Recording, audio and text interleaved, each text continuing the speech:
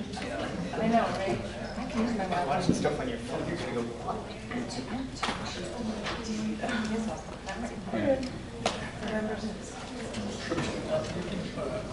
Did I see you?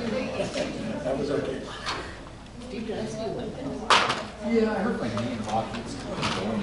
Oh, really? You have a cool story. It's just like, it's taking forever to heal up. Did you make him pay for it though? I don't even remember how it happened. Basically, woke up the next day. I don't even play hockey. I feel like that some morning. So yeah. You're right. I put notes in my pocket. You ran into the people. That's what that bruise is. When you get an investment, you're like, oh, that's how that is. Hey, at least you were playing hockey. That's for sure. My sister brought her before like spinning around in a driveway when she was a teenager. Like, that's amazing. The good part of the story is she tried to hide it from my mom, so she was, oh my God, until the next day we started going inside. Football. You can't hide that anymore. You know, right?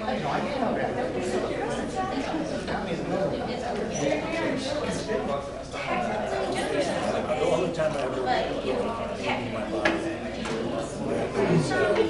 All right, good afternoon and welcome to our third College of Liberal Arts Colloquium of the fall 2023 semester. Thank you all for attending today's presentation. My name is Adam Sizeborn. I will be the moderator for today's talk and each of the remaining talks in the 2023-2024 academic year. Before we begin, I'd like to make a few comments.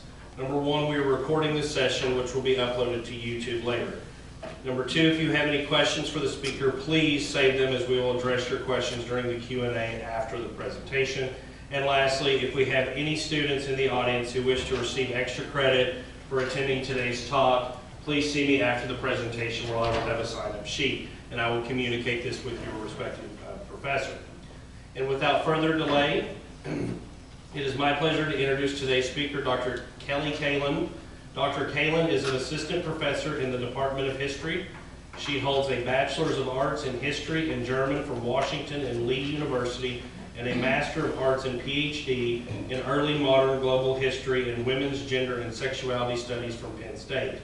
Her research focuses on gender, race, and mission work in the 18th century Atlantic with a specific focus on women in the Moravian Church. Her forthcoming book, Convert, Migrant, Missionary, Women, Race, and the Moravian Church in Early Modern Atlantic World, investigates the role of enslaved Moravian women in the Danish West Indies as the church shifted from an ethnic German organization to a form of Black Atlantic Christianity. This book will appear in Palgrave's series, Christianities in the Transatlantic World, in fall 2025. Today she will be speaking about an early version of the final chapter of the book manuscript, the research for which was supported by a College of Liberal Arts Faculty Development Grant, the USI Early Career Faculty Grant, and a National Endowment for the Humanities Summer Stipend. And without further ado, Dr. Kaelin, the screen is yours.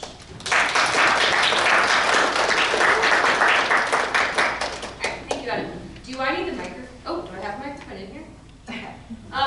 Okay. Well, thank you guys all for coming. I'm taking a hard shift from I just finished teaching about 10 minutes ago, and we were talking about Nazism. And now I'm shifting over to tell you guys about my research, which is not related to Nazism. So I'm going to do this a little bit loose in this presentation. I'm going to tell you guys a little bit kind of about the process that I've taken in doing the research for this final chapter, and then also kind of work through the final chapter. Congratulations, you guys are the very first to hear any of this last chapter, so we'll see how coherent it is, and I really, really appreciate any feedback that you can give me. So this is the last chapter in my book that really, project that really follows the development of the Moravian Church, which I'll explain in a second, from this really German organization from the Saxon-Polish-Czech border, as they became a really transatlantic church that ends up converting a lot of enslaved people in the West Indies and the Pennsylvania, North American colonies. So it's a real kind of transatlantic story. It gets really weird. There's a lot of like places I've been that don't make sense to study the Caribbean, and that's kind of part of the story. So the Moravian Church is an 18th century organization. It started in 1726 from a group of refugees from the Czech Republic.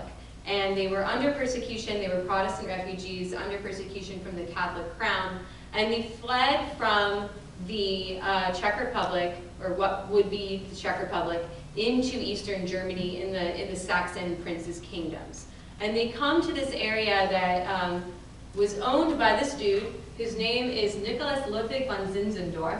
So Zinzendorf's a fun name. And he was, at the time, honestly, he was my student's age. He was about 22, 23 years old. And he said, sure, you guys can come live on my land and start your own church.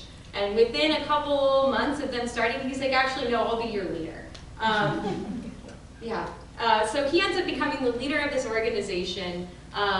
And it is primarily a separatist community. They build a commune, which is pictured here. This is Herrenhut. It looks essentially the same now. It is, right now, it's a village of about 3,000 people in Eastern Germany. It has no rail line going to it. It has some one-lane roads going from it. It has one Aldi in it. This is part of the story, and one hotel. And an archive. And this archive in this town, because Zinzendorf later really kind of recognizes a missionizing impulse, this archive in this tiny town in Eastern Germany ends up becoming a repository for transatlantic migration, or missionary work, migration and missionary work. So there are documents in this archive from the Caribbean, from Greenland, from South Africa, from the Gold Coast. And it's really weird because Herrenhut is here. It is way over here. That's Poland, and that's the Czech Republic. So it takes a really long time to get here. And so this is part of the thank you to the College of Liberal Arts for giving me some money this summer, because it is literally a journey that takes planes, trains, and automobiles.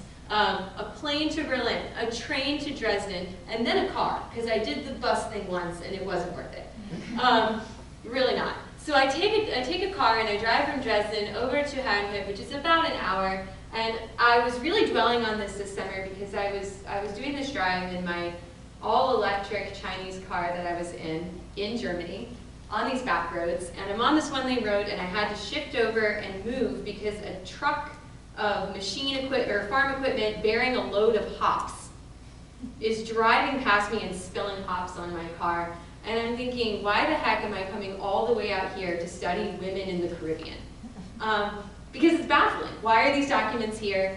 How do I tell a transatlantic story from what is fundamentally an extremely inland and almost Eastern European location?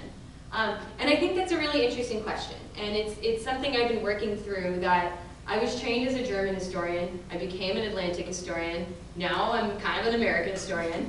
And it's really, the Moravians are the through line through it all. And I think they're a really interesting group to look at institutionally in a time before Germany was even Germany, before Germany had any colonies, to look at this group that becomes an organizing principle that spreads German ethnic identity and Protestant religion, but that both of these end up really becoming forms of Black Christianity, which is what the main focus of this talk is. And I could talk forever about the Moravians and how strange they are in some ways and their theology.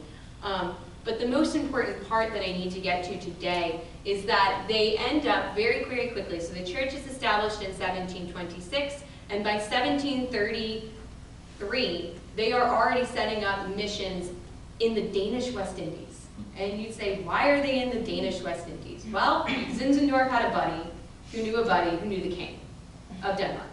And so he ends up latching on to the Danish king to have permission to be a third, religion, not Lutheran, not Catholic, but something else.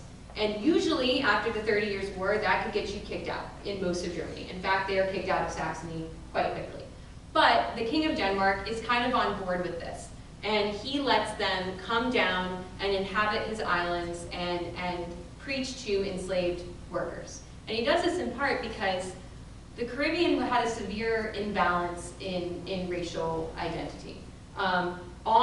Particularly on the island of St. Croix, when they arrived, there were about 3,000 enslaved Africans and about 400 white people. And of those 400 white people, only 40 were Danish. Denmark's not a big country. They don't have a lot of people to put forward. Also, no one wants to go to the Caribbean. They don't. They're dying constantly. This is a part of my book that I have to, or part of my work I have to put in a separate article, but all these women are dying constantly. All these missionaries I look at, they go over there, they last on average about 4 months, and they die of yellow fever. So there's really, yeah, it's pretty grim. So there's really no incentive for Danish people to go over to these islands. So Zinzendorf petitions the king, and they get permission to go over to these islands. And this is really where my story focuses. I'm looking at how and why women end up in the Danish West Indies, German women, European women, and how they start preaching to enslaved women. And other parts of my book address the how, the kind of intimate levels on which women are working with other women to convert them, how those spaces happen while women are giving birth, while women are sick, all those kind of specifically female spaces that women had access to that men did not. I also have another chapter that really focuses on how many of these women that the church converts are still slaves. And in fact, the church buys them.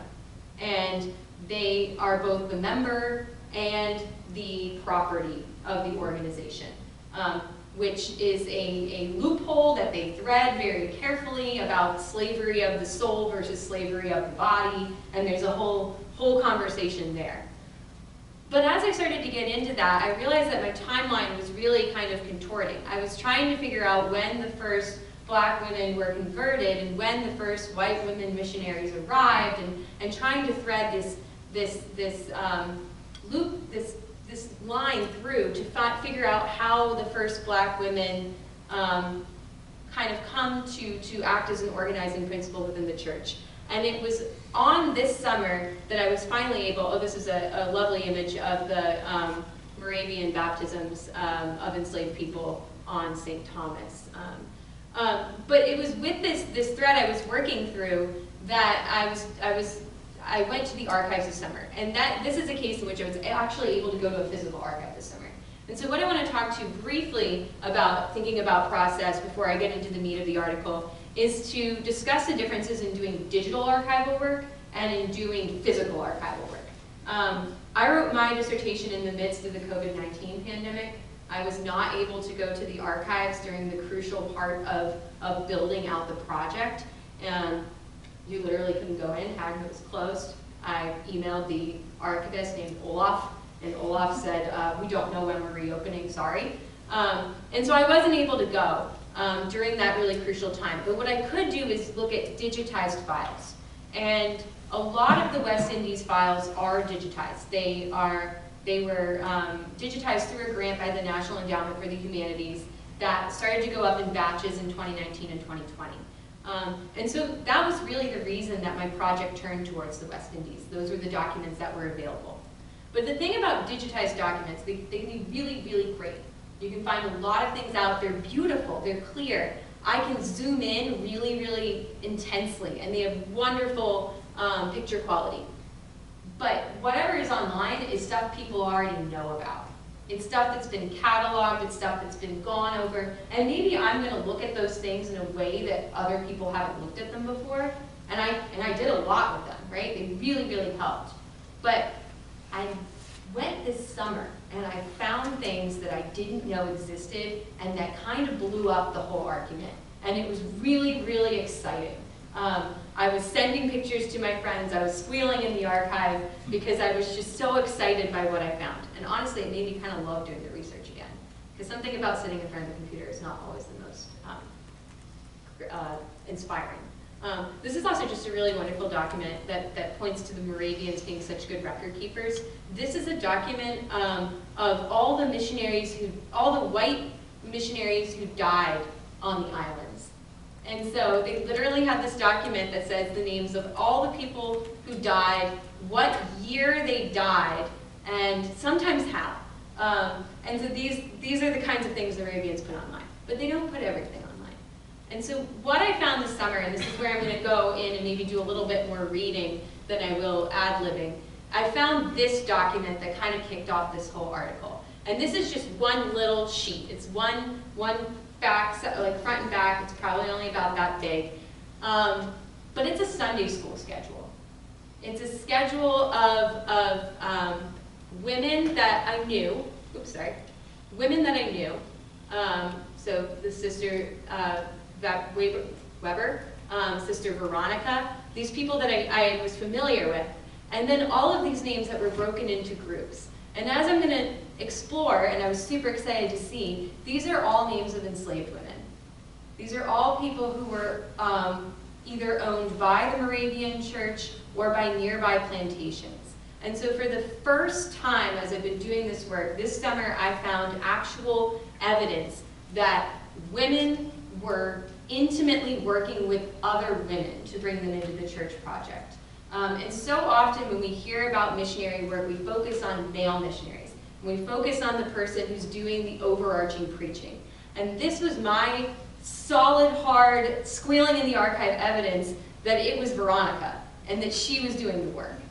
And then, as I'll get further into in this, I found later that some of these women that I find in the Sunday school schedules are black women leading other black women.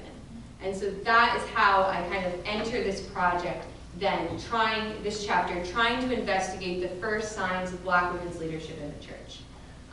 So my questions really were, as I go into this chapter, how did the church expand from a few missionaries on an outpost in St. Thomas to what is now today, in 2023, the largest black Protestant denomination in the Caribbean? And why were those early congregations majority female? That's a different kind of number crunching I did. So I've been looking in this chapter to look at a kind of intra-congregation, an internal, small Sunday school group congregations within the church. And as early as 1737, these groups were the site of black women's participation, even in the absence of white women missionaries. And so I'm arguing that they represent the origin of black Protestantism in the early modern Atlantic.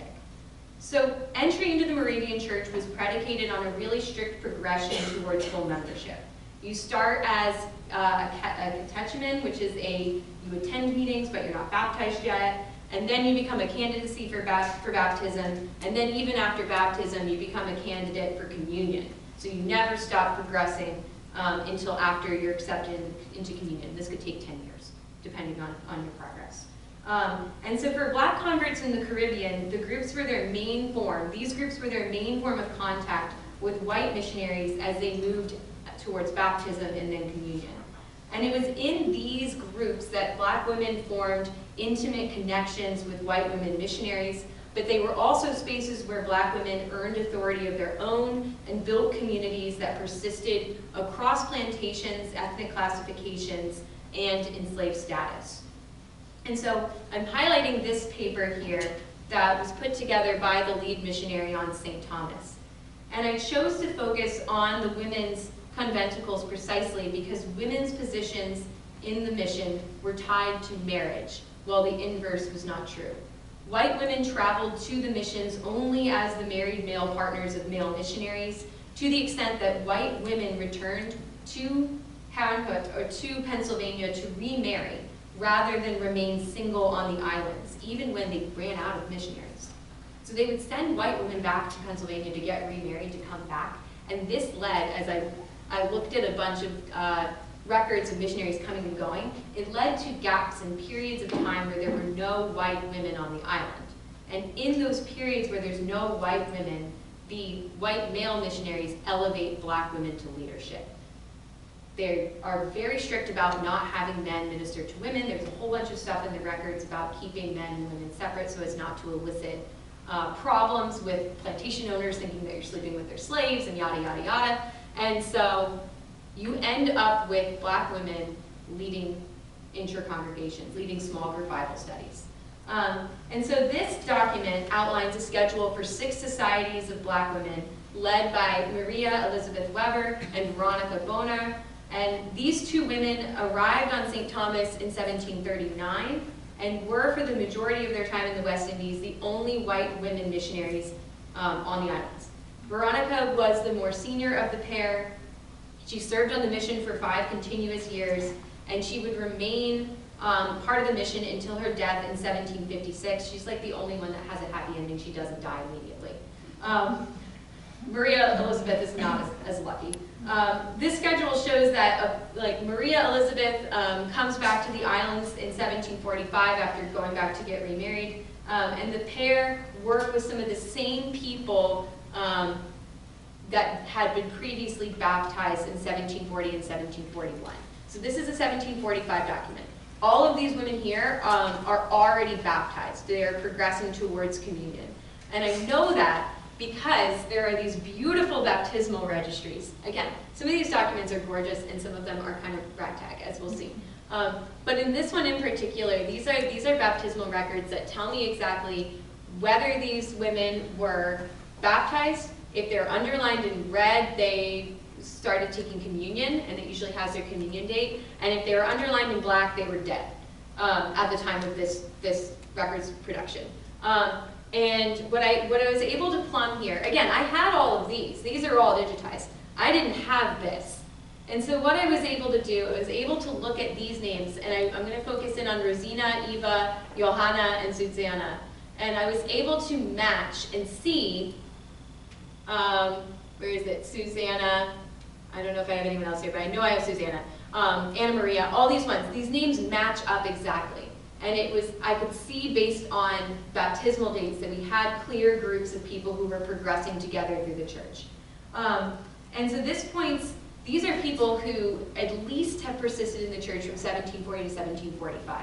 And I'm arguing here that this points to a growing identification with the church as their project, as opposed to tied to the missionaries. They persevere even when the missionaries are gone. And one group, led by Maria Elizabeth Weber, this, oops, sorry guys, right here, points to this form of community building amongst and between black women. I can build a picture of the ties created in these small groups, and what I'm really doing with these 4 women is locating the emergence of a group of black congregational leadership. So Rosina, Johanna, Eva, and Susanna. Eva and Rosina were baptized together on October 9, 1740. Susanna was baptized on February 26, 1741. And Johanna, interestingly enough, was actually previously baptized by a Catholic priest on a different Spanish-controlled island. And the Moravian Church actually accepted her Catholic baptism in October of 1740. So prior to these 2 ceremonies, the mission workers baptized only 30 congregants between 1733 and 1740. And so these 2 ceremonies in October of 1740 and February of 1741 mark a shift in the growth of the black congregation, and in total they baptized 150 people. But baptism does not indicate the beginning of their connection to the church. And indeed, the number of them involved in the October 1740 ceremony probably points to their earlier belonging to the congregation. And all 4 women might have belonged to the congregation as early as 1737. Even more importantly, Eva, Rosina, and Johanna's participation in October 1740 suggests that their introduction to Moravian theology did not come through white missionaries. Particularly in those early years of the mission, the church struggled to maintain numbers of male and female mission workers. And like I said, there was a period where Veronica and Maria Elizabeth are gone. In 1737, the leader of the mission, Frederick Martin, appointed a mixed-race woman named Rebecca as a helper, capital H, helper. As he said, that she sought to become a useful member of her own sex with her experience and thorough understanding of the saving truths.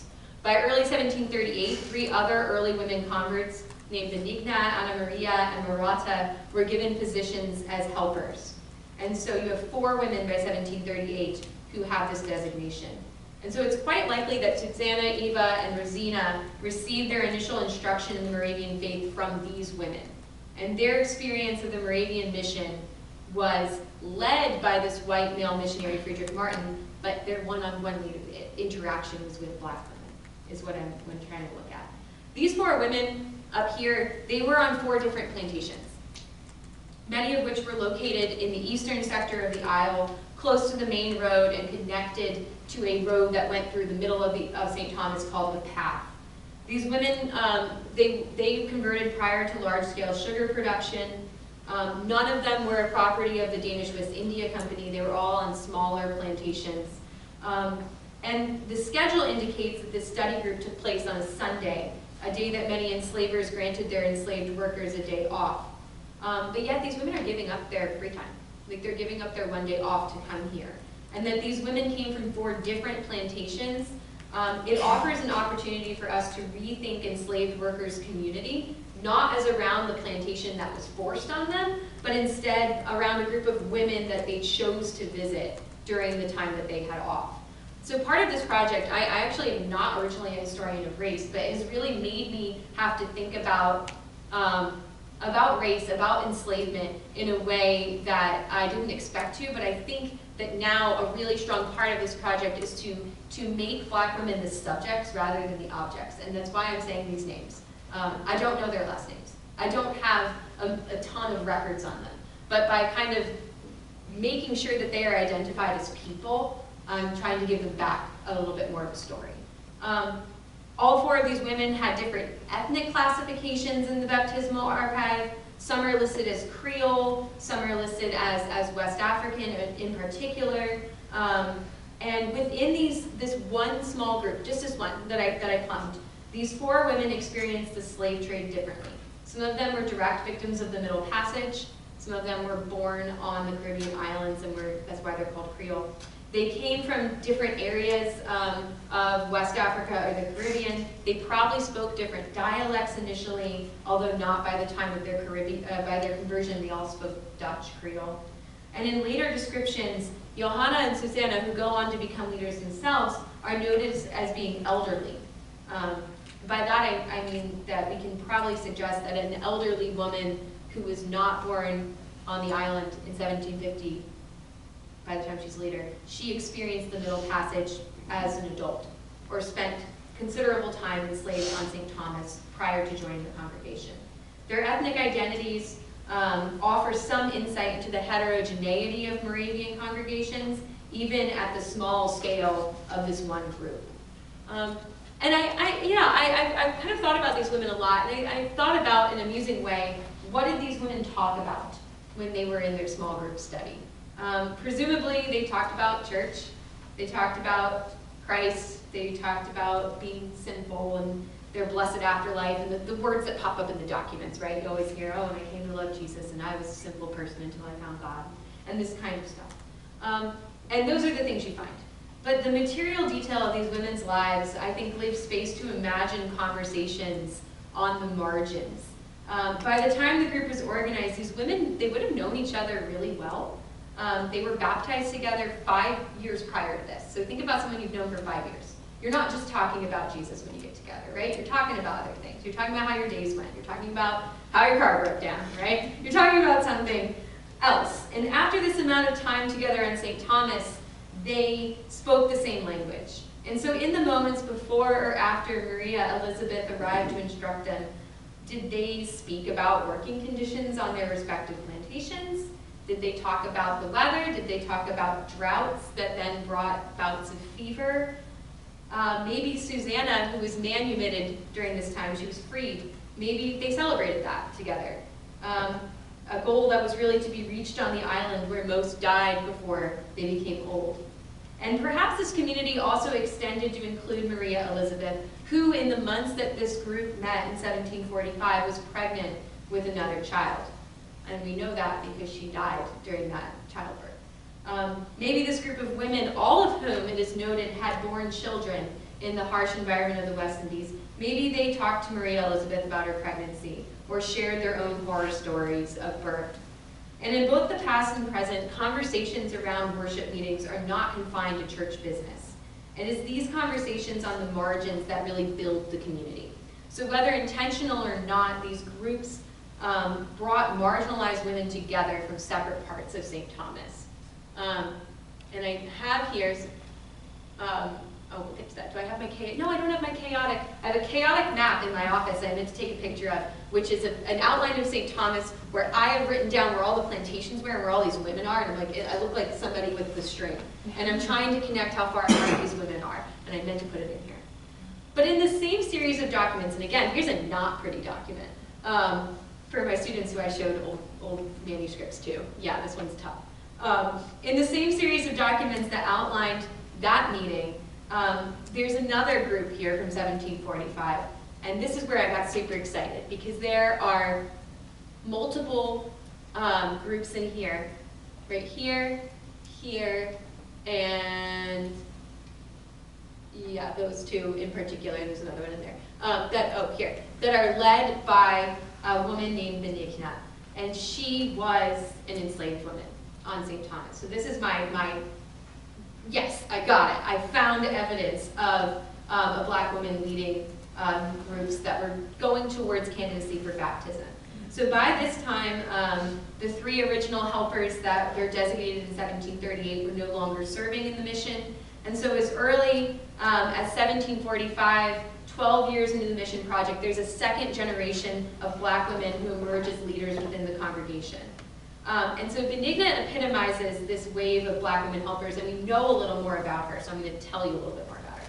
She was older at the time. She's identified as a Creole elder of the Theta people, a place on the coast of present-day Benin. She was born in the Caribbean, but of 2 parents that were of Theta descent.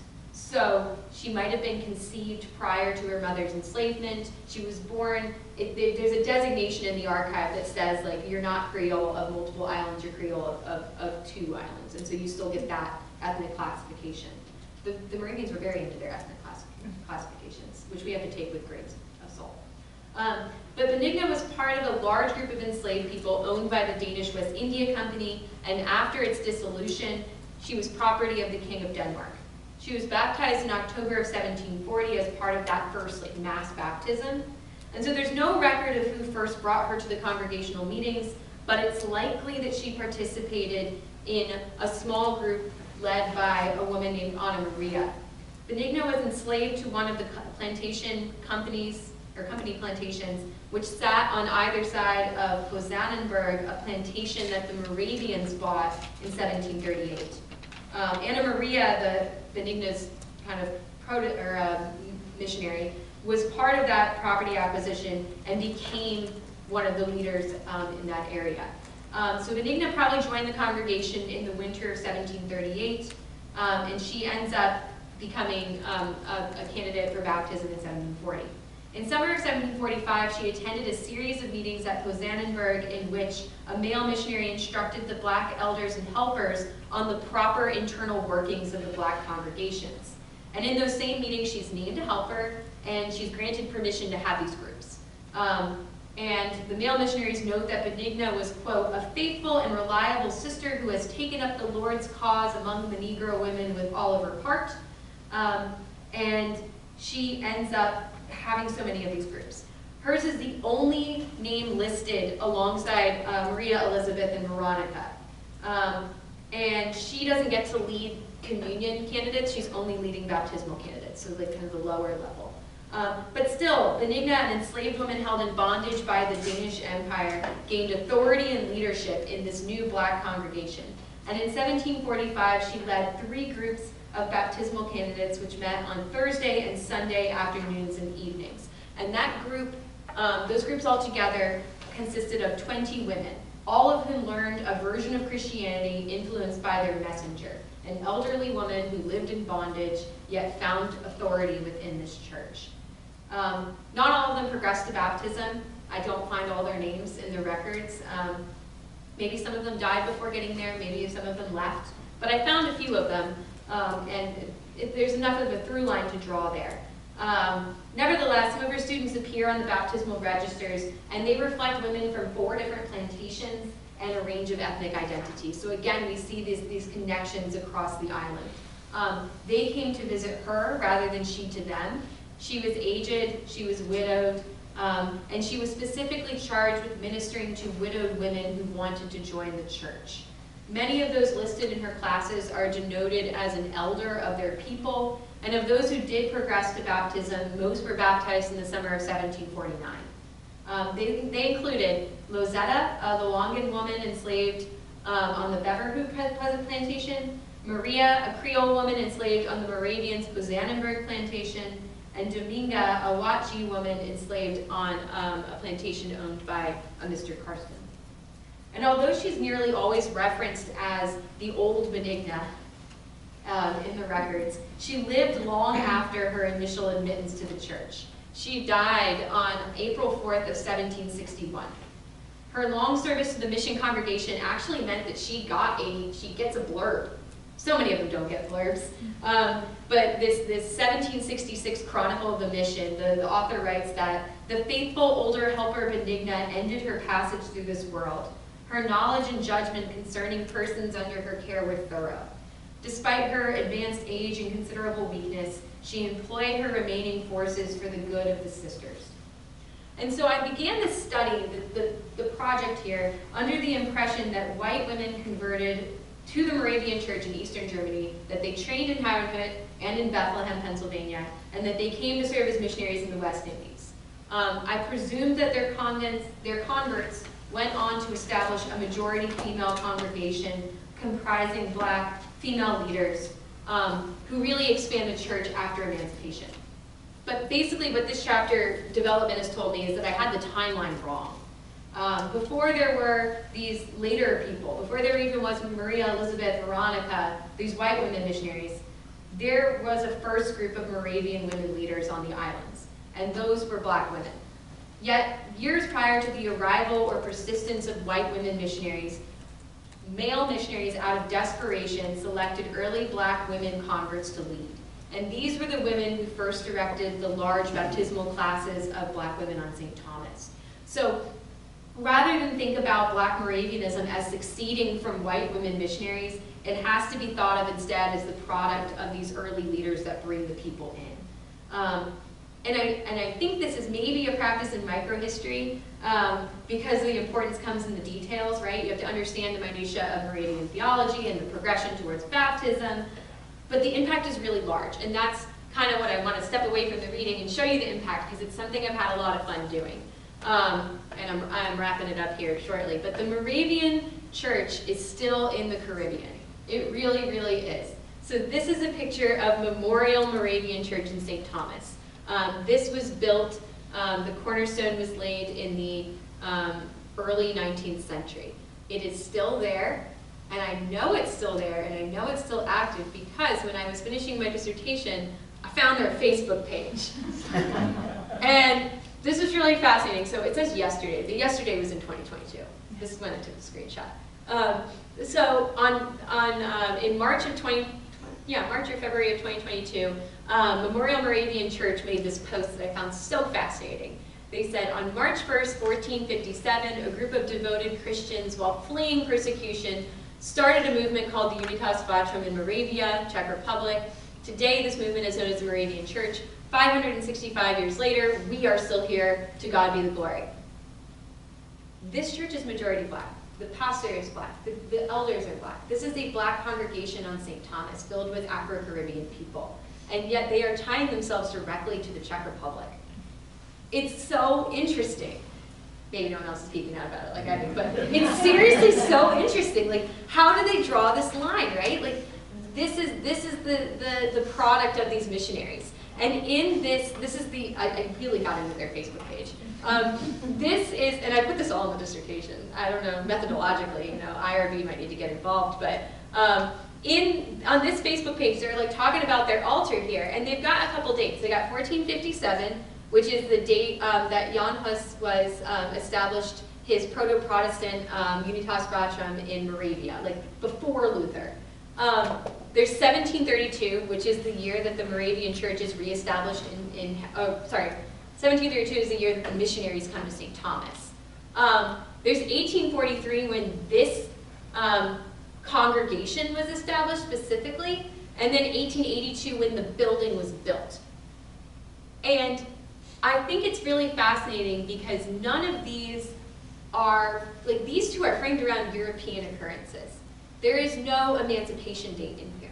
There is no, like, the point of the church organization is this direct lineage back to Germans and Moravians and Czech people, which is really, really interesting to me. And it got me thinking. I was listening to a podcast about Crown Heights being like an Afro-Caribbean diaspora population in Brooklyn. And this was literally just a couple weeks ago. I was in the car, and I was like, you know what? I bet there's Moravian churches in Brooklyn. I bet there are Black Moravian churches in Brooklyn. Yeah, there are. So I had to look them up. Look at this. There is a Jan Hus Moravian church in Brooklyn. And if you click that link, the reviews are okay. If you click that link, which I won't here because this is a screenshot, it's a Black congregation. And the About Us. The About Us is all about being Czech. And it is so interesting to me.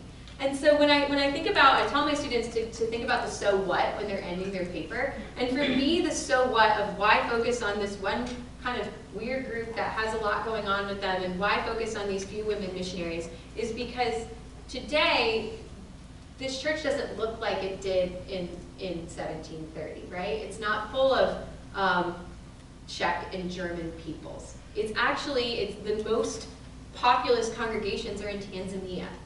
And so why does the church become a form of Black Protestantism? I didn't expect to write a dissertation about Afro-Caribbean people, right? I speak German, that's what I do. I didn't think that I was gonna have to do any of this work. But as I started following these women, the story clearly became, how do we get here? And I think that zooming in on these few women in the beginning who start leading their own congregations really helps us dig into why here. So, thank you guys so much.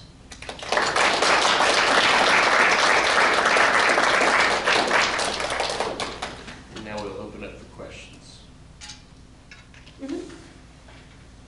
Is there, around the time when they were kind of forced into letting the slave women into the positions, was that frowned on by any of the wider world of the Moravians, or were they like, these guys are doing that down there? Was that, how did that go around at the place? So there's not really a wider world of the Moravians. It's very small. And to a certain extent, you're right.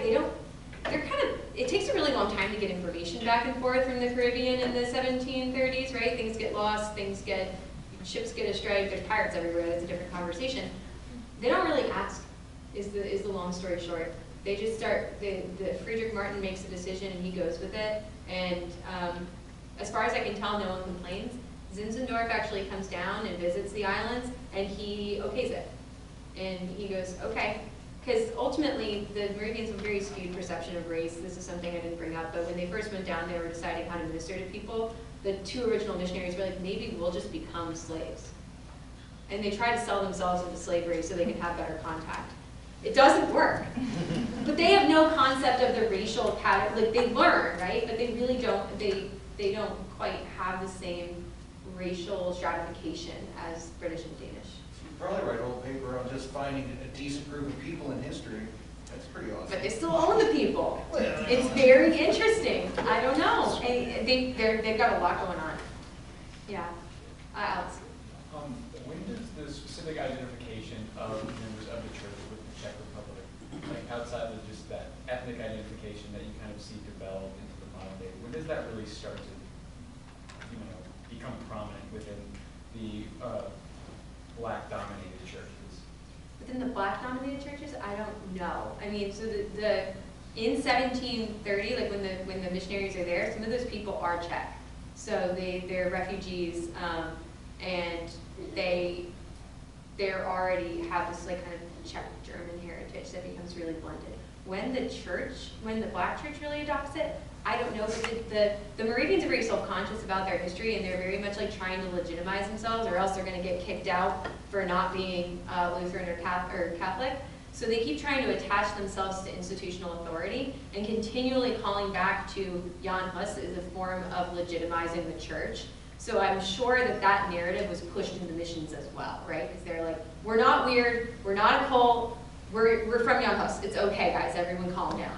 And that's kind of how they operate. So I'm sure that was there from the beginning, but I don't have direct evidence.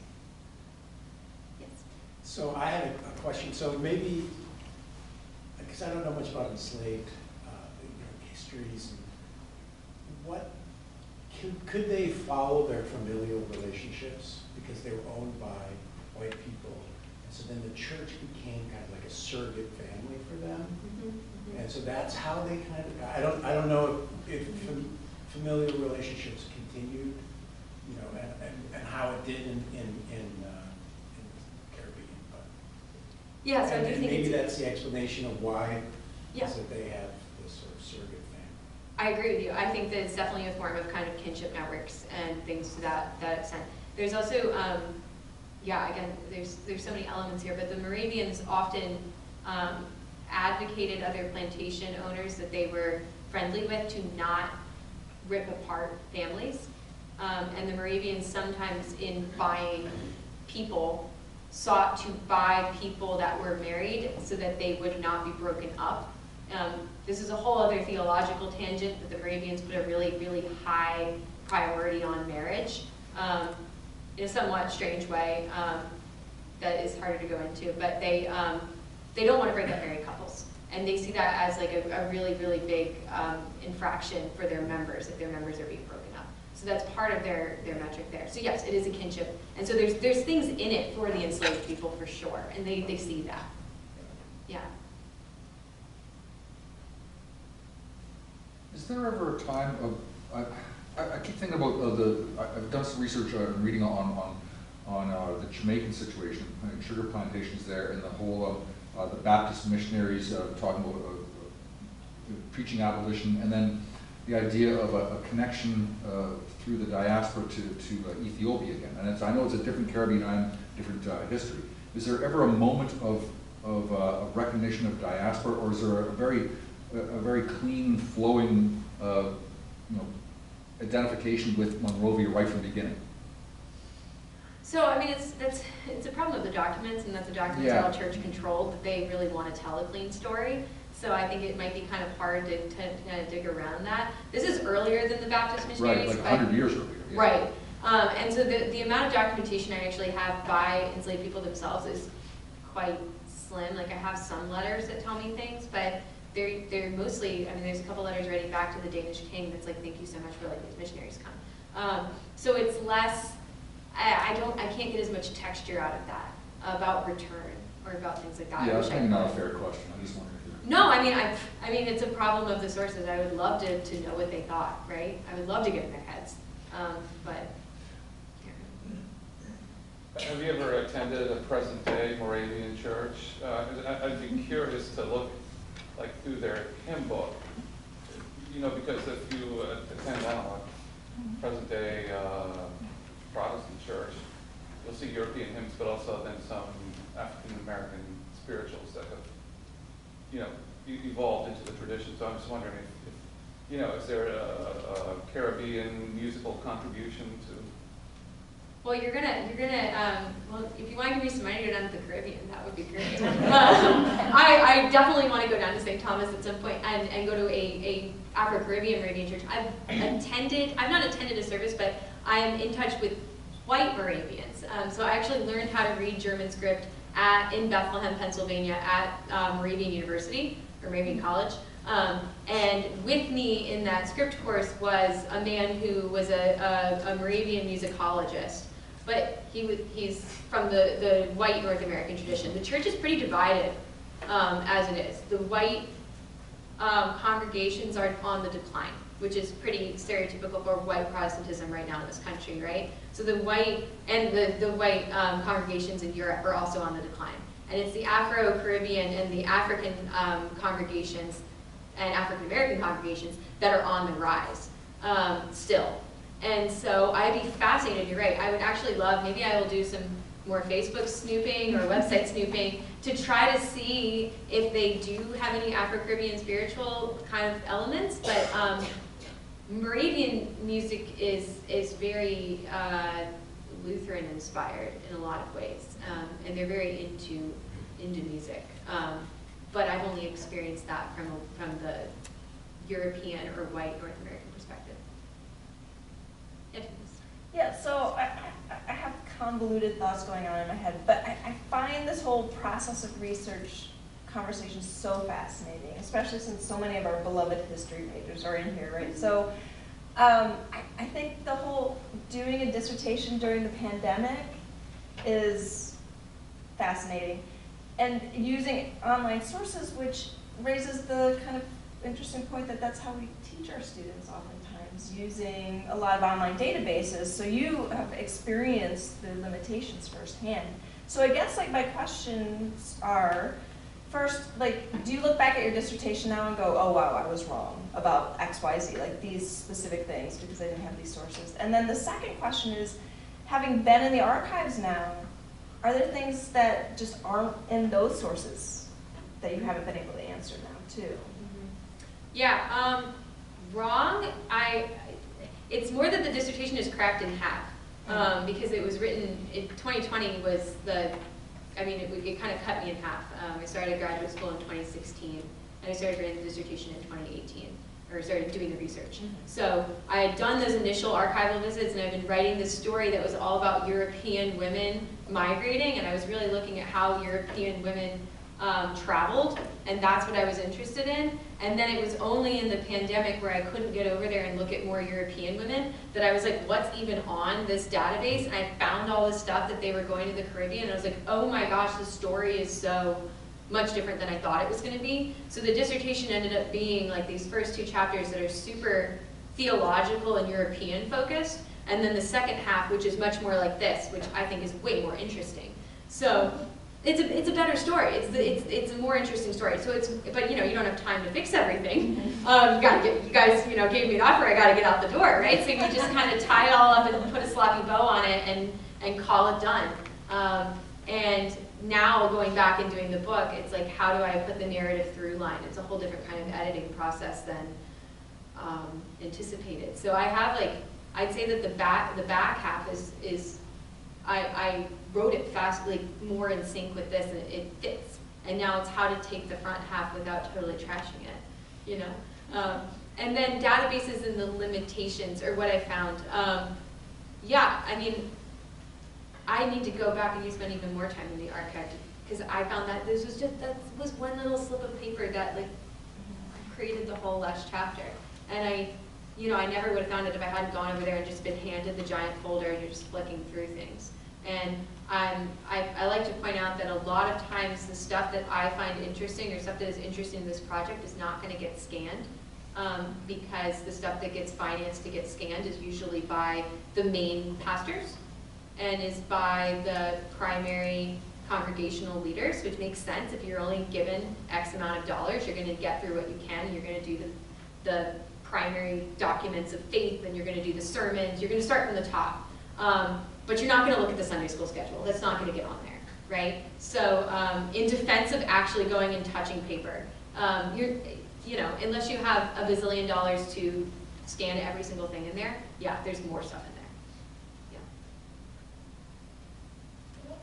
What do you think their theology was behind making them work for 10 years to get baptized and then 10 more to take communion?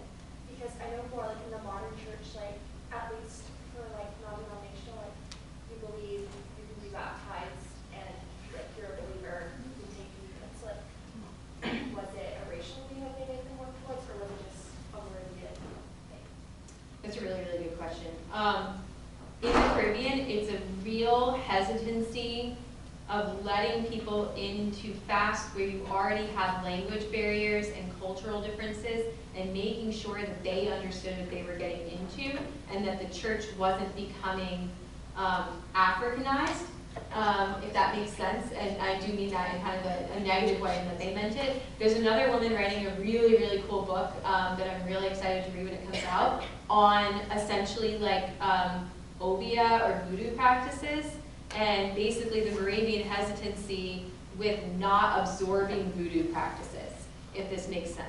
That you want to make really sure that they understand who Jesus is, and that they understand that Jesus isn't doing magic, and that miracles aren't magic. And so there's this long and slow process of kind of resisting acculturation if that makes sense. So it's long. And also, time-wise, like, all these people, are they always getting to church every Sunday? Are they at the group every Wednesday? A lot of them fall off. A lot of them kind of come and go and die. So it takes a long time. But that's a really good question. Do you think they would like have Bibles in like their language to hand out to these women, or were the women just relying on the white women that could read it to them? It's a lot of oral. These women, the enslaved people cannot read. So the documents that I have on them are all dictated as well. So there's layers of barrier between hearing these actual women's voices, which is really, really hard. And also between them hearing, like reading the Bible. They're not sitting down and cracking open the Bible. They're entirely dependent on how the missionaries pitch it to them. Yeah, and all of that makes it very, very hard. But those are great questions. Yeah, I just have one more question. Maybe it's already known in this literature, but so you think that the women who entered these leadership positions, were they like enticed by the luxuries of religious leaders and that they're living in grinding poverty, I assume, and this is like a way out? So from what I can see, the ones who make it into leadership positions are old. And I think it's almost something that they almost have more time for. So a lot of times, from what I can tell in the literature, and again, this has been a process of coming into a new literature halfway through a dissertation as well, is that on the most part, enslaved people were manumitted around the time that they reached the age of 60, if they did reach the age of 60, or when their bodies were broken down. And they oftentimes were not freed out of goodwill, but because enslavers no longer wanted to pay for their upkeep if they weren't doing profitable labor. So you see a lot of times that these older women are the ones becoming leaders because they have time, and also because I can't prove it, but I would be quite sure that the church paid for their upkeep and provided them with a place to stay. So yes, it's a form, like you said before, kinship and uniting yourself to institutions, I think is a big part of this.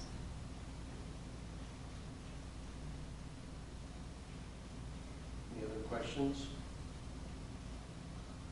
Okay, let's have another round of applause. Thank you all again for attending. Our final talk for the fall 2023 will be at 3 o'clock, same time, same place, December 8th, with Dr. David O'Neill. Title of their presentation is How to Read Medieval English Poetry. And with that, have a great weekend. If you're in my class, make sure you see Thomas in the green sweatshirt to sign in for extra credit. My students, don't worry about any sign-up sheet. You're writing me a paper.